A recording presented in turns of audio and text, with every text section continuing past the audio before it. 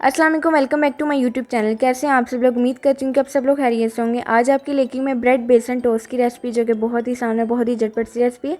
तो आप लोगों ने इस रेसिपी को ज़रूर ट्राई करना है। वीडियो को फुल वॉच करना है। चैनल पर नहीं तो काइंडली मेरे चैनल को सब्सक्राइब कर लीजिए। तो आइए चलते हैं इस मज़ेदार सी रेसिपी की तरफ। तो यहाँ पे जी सबसे पहले आप लोगों को चाहिए होगा बेसन, तकरीबन हाफ़ कप। इसकी क्वांटिटी आप लोग अपने हिसाब से कम ज़्यादा कर सकते हैं। इसके अलावा इसमें हम लोग शामिल करेंगे साबुत ज़ीरा तकरीबन हाफ़ टी स्पून, गरम मसाला शामिल करेंगे 1/4 teaspoon, red chilli powder add करेंगे 1 टीस्पून, और इसके अलावा इसमें हम लोग शामिल कर देंगे ग्रीन चिली तकरीबन 2 से 3 इस तरह से बारीक बारीक चॉप की हुई। और इसके अलावा इसमें हम लोग शामिल करेंगे एक अंडा।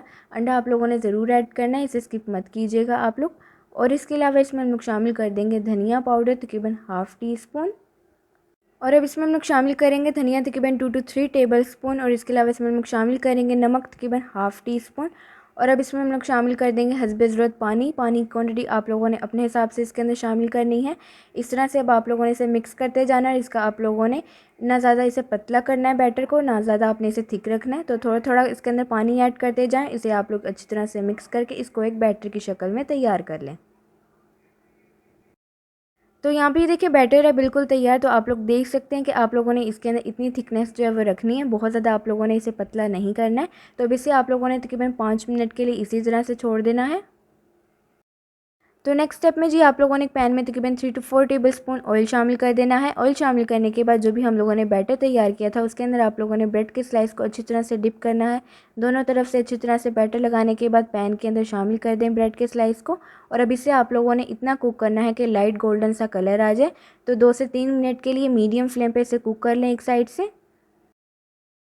तो यहाँ पे ये देखें ये अच्छी तरह से कुक हो चुका है, अच्छा सा कलर आ चुका है। तो इसकी हम लोग साइड चेंज करके दूसरी वाली साइड को भी हम लोग 3 से 4 मिनट के लिए मीडियम फ्लेम पे कुक कर लेंगे।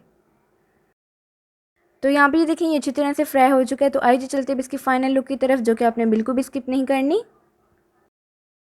तो यहाँ पे देखिए ब्रेड बेसन टोस्ट हैं बिल्कुल तैयार। बहुत ही आसान है, बहुत ही झटपट सी आज आप लोगों से रेसिपी शेयर की थी। यकीनन आज की मेरी रेसिपी आप लोगों को बहुत पसंद आई होगी। आप लोगों ने इस रेसिपी को ज़रूर ट्राई करना है, अपना फीडबैक भी ज़रूर देना है कि आप लोगों को ये रेसिपी मेरी कैसी लगी।